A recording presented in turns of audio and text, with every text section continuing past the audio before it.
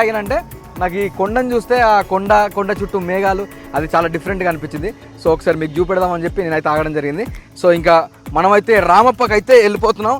ఇంకా ఒక 5 మినిట్స్లో అయితే మనం రామప్పకి రీచ్ అయిపోతాం. ఇంకా గుడి వివరాల్లోకి వెళ్తే గుడి ప్రత్యేకతల గురించి మాట్లాడుకుంటే ఈ మధ్య కాలంలో రామప్పకి వరల్డ్ హెరిటేజ్ సైట్గా గుర్తింపు అయితే పొందింది. అదే యునెస్కో గుర్తింపు అయితే మన రామప్పకి అయితే వచ్చింది. నేను రామప్ప విజువల్స్ని కాకుండా అంటే నేను ట్రావెలింగ్ విజువల్స్ని చూపెడుతూ మీకు నేను కథ చెప్పడానికి ట్రై చేస్తా. సో అది ఒక డిఫరెంట్ స్టైల్లో మీకు ఎక్స్ప్లెయిన్ చేయడానికి, అంటే మనం ఏదైతే టెంపుల్ ఉందో అక్కడి వరకు రీచ్ అయ్యే వరకు మనకు పూర్తి కథ అనేది మైండ్లోకి అంటే తెలుస్తుంది, అంటే దాని మీద కాస్తో కూస్తో అవగాహన అనేది వస్తుందని చెప్పి నేను ట్రావెలింగ్లో మీకు కథ చెప్పడానికి పూర్తిగా అయితే ట్రై చేస్తాను. ప్రభాస్ యోగి సినిమా అయితే మనకు స్టార్టింగ్లో ఉండే ఒక సాంగ్ ఉంటుంది కదా, వాళ్ళ మదర్తో ఒక శివాలయంలో సాంగ్ ఉంటుంది కదా, అది దాదాపుగా ఒక 1 వీక్ అయితే ఇక్కడ మనకు